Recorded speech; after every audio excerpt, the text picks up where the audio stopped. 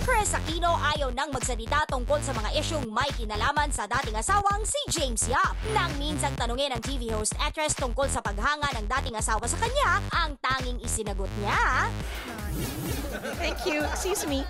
Bongga yun, di ba? pero sa ibang mga issue, game na game namang sumagot si Chris Aquino katulad na lamang ng pagtangi raw niyang gumawa ng pelikula matapos ang box office hit nilang Sister Akas. Ayoko muna. Walang movie kasi hindi ko pwede pag-usapan. Meron bagong mga programang niluluto pero hindi ko pa kasi pwedeng pag-usapan. So yun, dun muna ang focus. Sinagot rin ng tinaguriang Queen of All Media ang issue kung paano nila tinutulungan ang kapatid na si Pangulong Noynoy Aquino kaugnay sa hidwaang nagaganap sa ninang pag-angkin sa isla ng Sabah.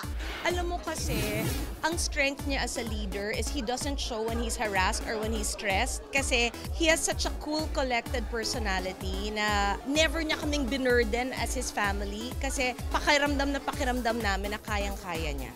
May intriga man o wala, hindi nawawala sa eksena si Chris Aquino at nang tanungin siya kung ano ang kanyang sikreto, Siguro I take care of myself. I take care of how I look kasi ayoko naman na pangit ang napapanood nila.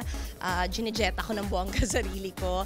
And professional ako. at sa pagiging professional niyang ito, I think respeto sa oras, respeto sa mga katrabaho, and yung passion para dun sa ginagawa.